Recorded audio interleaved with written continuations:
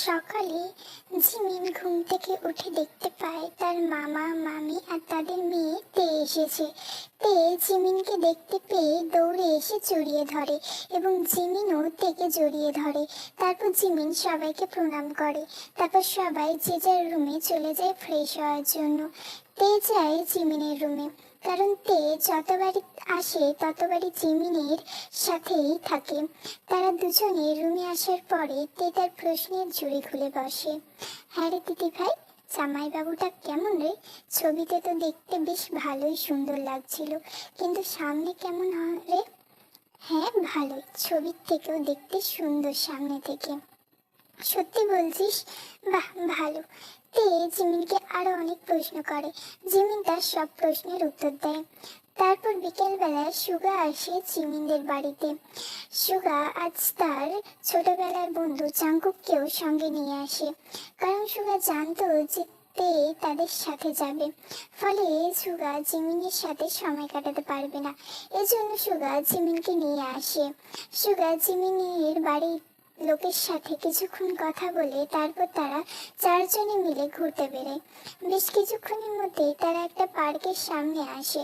গাড়ি থেকে নেমে তারা পার্কে ঢুকে কিছুটা হেঁটে যাওয়ার পরে সুগা তেকে উদ্দেশ্য করে বলে, আচ্ছা তে, তুমি বরং জাঙ্কুকের সাথে ওই দিক থেকে একটু ঘুরে এসো। ঠিক আছে জামাইবাবু। তারপর তে আর জাঙ্কুক চলে যায়। আর এদিকে সুগা জিমিনের হাত ধরে এগিয়ে যেতে থাকে। কিছুটা যাওয়ার পর সুগা জিমিনকে বলে, জিমিন। হ্যাঁ বলুন। সেদিনের রাতটা খুব মিস করছি, তোমাকে ছেড়ে আমি আর কিছুতেই থাকতে পারছি না। জিমিন তো সুগার কথা শুনে লজ্জায় লাল হয়ে যায়। সুগা জিমিনকে হাঁটতে হাঁটতে গাড়ির কাছে নিয়ে আসে। আমরা আবার এখানে কেন এলাম? দরকার আছে, এই বলে গাড়ির পিছনে দরজাটা খুলে দেয়। তারপর জিমিনকে উদ্দেশ্য করে বলে, গাড়িতে উঠে বসো। জিমিনও আর কিছু না বলে উঠে বসে। তারপর সুগাও উঠে বসে। তারপর দরজাটা বন্ধ করে দিয়ে জিমিনকে তার কোলের ওপরে নিয়ে এসে বসায়। জিমিন কিছু বুঝে ওঠার আগে সুগা জিমিনের ঘাড়ের কাছ থেকে চুলগুলো সরিয়ে গলায় মুখ ডুবিয়ে দেয় আর চড়ে চড়ে নিঃশ্বাস নিতে থাকে। সুগার এমন স্পর্শে জিমিন কেঁপে ওঠে আর সুগার জামাটাকে শক্ত করে চেপে ধরে। তারপর নিজেকে কিছুটা স্বাভাবিক করে সুগাকে বলে, আপনি এটা কি করছেন? ছাড়ুন, তে আর আপনার বন্ধু চলে আসবে। ঝুস, একদম চুপ। জাঙ্কুক আর তে এখন এদিকে আসবে না। জাঙ্কুকে সবকিছু বলা আছে, তাই তুমি এখন নিশ্চিন্তে থাকো আর আমাকে আমার কাজটা করতে দাও। এই বলে সুগা জিমিনের ঘাড়ে আর গলায় ছোট ছোট চুমুতে ভরিয়ে দিতে থাকে। বেশ কিছুক্ষণ পর সুগা জিমিনকে ছেড়ে দেয় আর বলে, এখন এতটাই থাক, নাহলে আমি আর নিজেকে কন্ট্রোল করতে পারবো না। তারপর জিমিন সুগার কোল থেকে নেমে পাশে বসে আর লজ্জায় মাথা নিচু করে বসে থাকে। তারপর সুগা জাঙ্কুক আর তেকে ফোন করে ডেকে নেয়। তারপর তারা চারজনে বেরিয়ে পড়ে বাড়ির উদ্দেশ্যে। জিমিন পুরো রাস্তাটায় মাথা নিচু করে বসে থাকে, একবারও মুখ তুলে সুগার দিকে তাকায়নি। বাড়ির সামনে গাড়ি আসতে জিমিন তাড়াতাড়ি করে গাড়ি থেকে নেমে দৌড়ে বাড়ির ভিতরে চলে যায়। রাতের বেলা সবাই বসে বসে একসাথে খাবার খাচ্ছিল। তখনই জিন সুগাকে উদ্দেশ্য করে বলে, অনেক ঘোরাঘুরি করেছো, তবে আর না। আর মাত্র 2 দিন বাকি আছে তোমাদের বিয়ের, তাই আর বাড়ির থেকে বেরোতে পারবে না যতদিনে বিয়ে হচ্ছে। মায়ের কথা শুনে সুগার তো মাথায় আকাশ ভেঙে পড়েছে।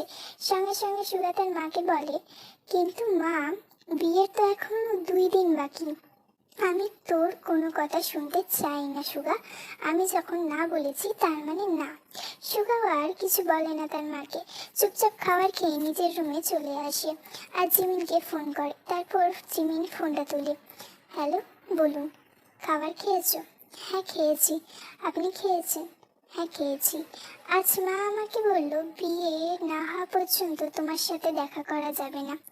হ্যাঁ আমাকেও বলেছে, কিন্তু জিমিন আমি তোমাকে না দেখে থাকবো কি করে? আমি থাকতে পারবো না। মাত্র 2 দিনেরই তো ব্যাপার। আমার কাছে এই 2 দিনটা 200 দিনের সমান জিমিন। আমি তোমাকে ছাড়া 1 সেকেন্ডও থাকতে পারবো না। আর আমি যে কি করে আছি সেটা শুধুমাত্র আমিই জানি। তারপর সুগা আর জিমিন আরো বেশ কিছুক্ষণ কথা বলে ফোনটা কেটে দেয়। তারপর জিমিন ঘুমিয়ে পড়ে, কিন্তু সুগা কিছুতেই ঘুমাতে পারে না। সুগা অনেকক্ষণ ধরে ঘুমানোর চেষ্টা করে, অবশেষে ঘুমাতে না পেরে বাড়ি থেকে বেরিয়ে পড়ে। তারপর জিমিনের বাড়ির সামনে যায়, গাড়ি থেকে নেমে গাড়িতে হেলান দিয়ে দাঁড়ায় এবং জিমিনকে ফোন করে। জিমিন ঘুমন্ত অবস্থায় ফোন তুলে, হ্যালো, কে? আমি। সুগার গলা শুনে জিমিন উঠে বসে। তারপর ঘড়ির দিকে তাকিয়ে দেখে রাত প্রায় 2টা ছুঁই ছুঁই। তারপর সুগাকে জিমিন প্রশ্ন করেন, আপনি এত রাতে ফোন করেছেন যে? বাড়ির সবাই ঠিক আছে? আপনার শরীর ঠিক আছে তো? হ্যাঁ, সবাই ঠিক আছে।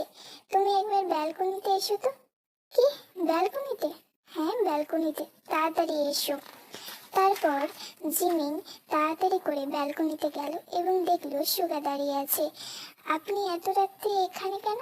তোমাকে দেখার জন্য আমার কিছুতেই ঘুম আসছিল না, কিন্তু এত রাতে আপনার আসাটা উচিত হয়নি। একদম চুপ করে দাঁড়িয়ে থাকো আর একটাও কথা বলবে না। আমি যতক্ষণ এখানে দাঁড়িয়ে থাকবো ততক্ষণ তুমিও এখানে দাঁড়িয়ে থাকবে। আমি এখন তোমাকে মন ভরে দেখব। বেশ কিছুক্ষণ সুগা জিমিনকে দেখার পরে বাড়ি চলে যায়, আর জিমিনও নিজের রুমে গিয়ে ঘুমিয়ে পড়ে। গল্পটা যদি তোমাদের ভালো লেগে থাকে please like, comment, share and subscribe.